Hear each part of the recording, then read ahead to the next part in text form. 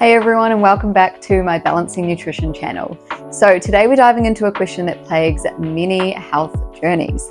Should you count calories? And in particular, should you do this for weight loss? Now we all know that calories are energy, right? But is simply counting them the key to weight loss success? And the answer, like many things in life, is that it really depends on several factors, which we're going to be covering in today's video. Calorie counting can be a temporarily useful tool, helping you to understand portion sizes and energy content in food, particularly for weight loss. But it's not magic, and there are definitely some downsides. So here's the good, the bad, and the beautiful of counting calories. So let's start with some of the pros. So calorie counting can increase awareness of what you are eating, helping you make more informed choices, but only when you know what to actually look for. Calories mentioned on the labels, for example, are not always a good bet, which you will find out more about later in this video. So the second pro to calorie counting is that it can actually help you slow down and be more mindful at meal times, because you're actually having to, sit down and calculate how many calories are in the food and in the meal, and that in itself is bringing awareness to the food that you're eating, so it can actually help you to be more mindful when you do go to eat, and so you're less likely to eat really fast and mindlessly, right? Especially nowadays when people are so used to eating at certain times and doing other things while they're eating that they end up just shoveling it in their mouths and not really thinking about what they're eating or how quickly or how much they actually need or when they feel satisfied. So in calorie counting, if you're doing it before each meal, it can, in that way, help you to slow down a little bit and be more mindful of what you're eating. Now, the third pro to calorie counting is that it can also help you to plan ahead for your meals and your snacks, which I personally think is very beneficial no matter if you are calorie counting or not, but sometimes it can make people more inclined to actually plan ahead. But in saying all of that, it is not all sunshines and rainbows. So one of the biggest issues I see when it comes to counting calories is nutrient neglect. So focusing solely on calories can overshadow the importance of nutrient-rich foods, right? For example, if you look at the calorie content of white bread versus brown grainy bread, the white bread will show less calories on the label than the brown bread would. So you may be tempted to reach for this thinking that it's going to help you to reach your weight loss goals faster or stick within your calories for the day, right? However, there are a few things to consider here. So number one being that white bread basically has little to no nutritional value in it, right? Other than glucose or sugar, fuel for the body. Whereas brown grainy bread will offer a much better nutritional profile, allowing you to not only fuel your body with what it needs, but also provide it with some of those key nutrients and vitamins. And on top of that, the more fiber that is in the food and the less processed that it is, the more calories that you will actually burn just eating that food. So you may have heard of the thermogenic effect of food, and that is what I am referring to here.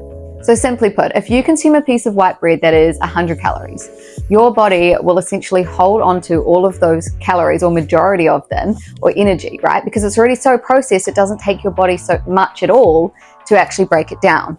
Whereas if you consume a piece of brown grainy bread that says 120 calories on the label, so 20 calories more than the white bread, you highly likely will be consuming less calories than the white bread due to the energy burnt when breaking down and digesting the food, because it's less processed, so it burns more energy and requires more energy just to break it down and digest it. So that just goes to show that you can't always trust what the amount of calories are shown on the labels of food, right? Because the level of processing and nutrient quality is far more important and actually plays a much bigger role in how much of the calories that you essentially hold on to. So one of the best examples of this, and actually a good indicator on how inaccurate calories really are, is the numerous studies that have been completed on nuts.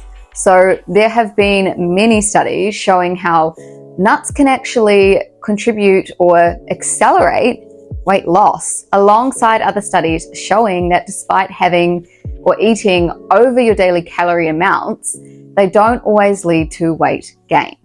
So I'll give you an example of this. So there's a study that looked at pecans specifically, and the pecan treatment group consumed 68 grams of pecans per day for 8 weeks, plus their self-selected diets. So the pecans contributed to 459 calories and 44 grams of fat daily. The control group avoided those nuts nuts in general and consumed their self-selected diets. Now, the study found that body mass indexes and body weights were unchanged in both groups, despite eating 450 odd extra calories per day in the group eating the nuts. So if you were following, the calories in, calories out rule here, those consuming the nuts technically should have led to weight gain, right, of around 4 to 8 kgs after the 8-week period, but it didn't. And similar results have been shown for other nuts like almonds and macadamias and walnuts too. So they also did another similar study, but in the comparison group, they had individuals being overfed candy, so above their caloric requirements for the day, and then in the other group, they were being overfed nuts. So each group were getting above their daily caloric requirements, but one was being overfed by candy and one was being overfed by nuts. And the results showed that those individuals in the candy group, unsurprisingly, did gain weight by the end of the experiment. But those consuming the nuts, the same amount of extra calories as the candy group, didn't gain any weight. Now, there are honestly so many different studies published on this now, and specifically in relation to nuts. It would take me forever to go through now, so I will leave it there. But this is a prime example of how all calories definitely are not equal, and nutrient quality plays a much more significant role in how our bodies process food and what we hold on to, and weight loss, weight gain, and health in general. So moving on to the next con of calorie counting. So counting calories can become obsessive, leading to an unhealthy relationship with food for starters. But believe it or not, it can actually lead you to eating more than what you otherwise would too, and sometimes a lot more in the long run as well, outweighing any potential benefits that it may have in the short term. Now, you may be thinking that it's a good idea to have a target or a goal for counting calories, and I am usually all for goals, but what I have seen happen too many times, and what is very strongly noted in the literature, is that this often does more harm than good. And the reason for that is when you set yourself a calorie goal each day, there will be some days where you can stay within that for sure, but there will also be many days where you can't, right? And because some days you'll be hungrier than others, and particularly for women, due to changes in our monthly cycle and our hormones, we are going to feel hungrier at certain days and weeks of the month. And this is completely normal, but calories don't take that into consideration, right? And what tends to happen is the days that you go over, you end up feeling guilty and you get annoyed and you get frustrated with yourself. And I am definitely guilty of doing this in the past as well when I counted calories years ago. Initially, this might be minor, but you do this enough times and that guilt and that frustration and the negative feelings towards yourself, it's going to grow. And it's going to grow and grow and grow until it becomes so unbearable and overpowering that you actually end up eating much more anyway, just to distract yourself from those feelings. Now, that doesn't happen to everyone, but I have seen this happen so many times.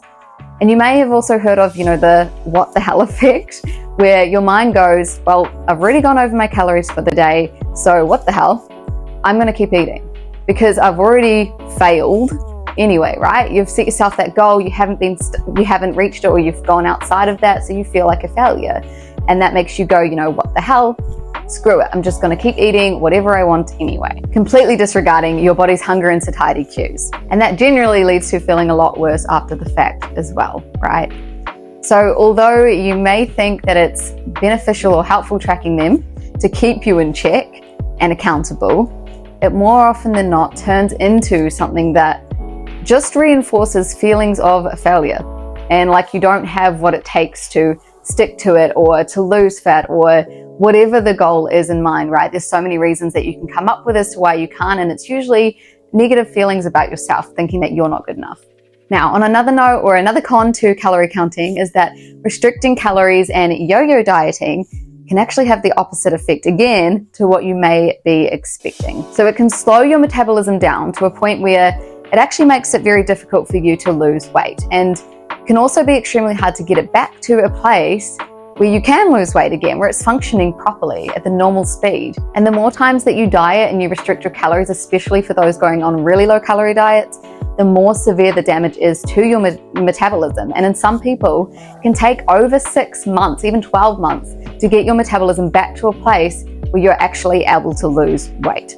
So if you're a chronic dieter, then you've probably experienced this. You've you're doing all the things. Maybe you've seen a dietitian and they've told you to eat really healthy and you're doing everything they're saying, and you're either gaining weight or you're not losing it. And you think that it's something the dietitian's saying, or you just think that you're not able to, whatever it is. But it's highly likely that you've just damaged your metabolism so much from all those years of dieting and restricting your calories that it's going to take a lot longer to get that functioning better again. Now, that's not going to be the case for everyone counting calories, but the reason I brought that up is because a lot of the apps and software used to calculate your daily calories suggest eating well under what your body actually needs, and is largely inaccurate too. So it does pay to be careful of, where you're getting your advice from and doing it over time, because it could actually lead to weight gain and difficulty losing weight and even more damage as well. Now, the final con that I wanted to talk about today for tracking calories is that it can both be time consuming and also stressful. And who needs extra stress in their life, right? We all have enough, it seems like, these days. So when you're constantly having to measure foods and track everything that you're eating all of the time, it becomes very tedious. And it takes up a lot of your time and often isn't sustainable either because of that. So it's different if you're just temporarily doing it to see how much you have in a day, or, get a feel for the energy density of different foods. That's different. But when you're doing it all of the time, it's a lot of work. And I know this both from client experience and my own experience too in the past. So should you ditch the calorie app altogether? Look, in my opinion, I think that it does more harm than good, as you have seen by some of the stuff I've talked about in this video, and I definitely don't use it myself. But that's not to say that it can't be helpful for short periods, as I have explained in the beginning. Being a dietitian, I do know a lot more about food and the energy densities of different food and the nutrient quality and all of that. So, if you're using it to track not just calories, but all those other things, like the nutrients that it has in it, then it actually can be beneficial short term just to get a feel for that. But long term, on the other hand, I personally wouldn't recommend it. So I did want to share with you some alternatives, or some things that you might prefer to do that will be much better options for your long-term health and fat loss goals. So these things include intuitive eating. So learn to actually identify your hunger and fullness cues to guide your eating. And I will be doing another video on this, as I've mentioned before, and I know it's overly talked about. The reason that I suggest this is that learning how to get more in tune with what your body's telling you means that you can't go wrong. Calories are an estimate, right? It's a inaccurate calculation or guess at best of what your body needs, and it doesn't take into consideration your hunger and satiety cues, your hormones, your monthly changes, the nutrient quality of food, as I've mentioned, all of those things. So when you are calorie counting, you're often disregarding what your hunger and satiety cues are telling you, because you either eat more because you still have an allowance in your day, so maybe you didn't need that much that day, but you're eating it because that's what your calorie allowance is, or you eat less because that's what your calorie allowance is, when you may have actually needed more. So learning to actually become in tune with what your body's telling you. It's not always as straightforward and as simple as just eating when you're hungry and, stopping when you're satisfied. In an ideal world, it would. And if you didn't have any other health complications, that's exactly what it would be. But if you haven't done it for years and you've been counting calories, or you have inflammation and you have dysregulation in your hormones, it takes a little bit more than that. But it's chipping away at it day by day. So it's recognizing, is this actually hunger, first of all, or is it an emotional thing? It's recognizing if it's a craving because you haven't had enough nutrients in a certain meal. There's a lot of things that come into this, and like I said, we'll do another video on it. But intuitive eating is a lot more than maybe some people think it might be. So if you do want to know more about that too, feel free to comment below or send me a message on my Instagram at balancingnutrition.dietitian, and I'm happy to give you some more advice there. But the next thing that you can also do is portion control. So focus on mindful serving sizes, using smaller plates or reusable containers, right? So if you're used to using a certain size of plate, right, and filling it up, and every meal you're like, I'm going to eat slightly less, but because it's in front of you, you want to finish it anyway, or maybe you're really hungry when you're serving it up, it's easy to overserve or give yourself too much. So if you're used to doing that and you feel quite full or stuffed at the end of it, try using a smaller plate. So whether it's a bowl or a plate, whatever, you can actually trick your mind into thinking you're having the same amount even though you aren't. And you may be surprised how full you are at the end of that too. Now, it's also good to slow down at meal times. So chew your food well and put your knife and fork down in between bites. Because the slower that you are at eating, the better your body is able to essentially digest the food. And you'll be able to actually realize when you are satisfied, as opposed to eating so quickly that you end up feeling stuffed or overly full at the end of it because your body couldn't keep up. So slow down at meal times, chew your food well, put your knife and fork down in between bites. And lastly, focus on whole foods. So prioritize nutrient-rich whole foods that actually keep you satiated and help keep the rest of your body in check too, like your gut health, which plays a huge role in hormone regulation, in your metabolism and metabolic function, and therefore also in fat or weight loss, right? So maybe you use calorie counting for a short period of time to establish that awareness and then transition to intuitive eating ways, or maybe portion control works best for you, or maybe you like a combination of all of these things. Whatever it is, just make sure that it is something that is sustainable long-term and is actually healthy, that is actually giving your body the nutrients it requires to function well. All right, so that is all for today's video. I hope you found it helpful. So let me know in the comments what method works for you, what you've tried in the past and what you've found. I'd love to hear your experience. And don't forget to like and subscribe for more healthy lifestyle and nutrition content.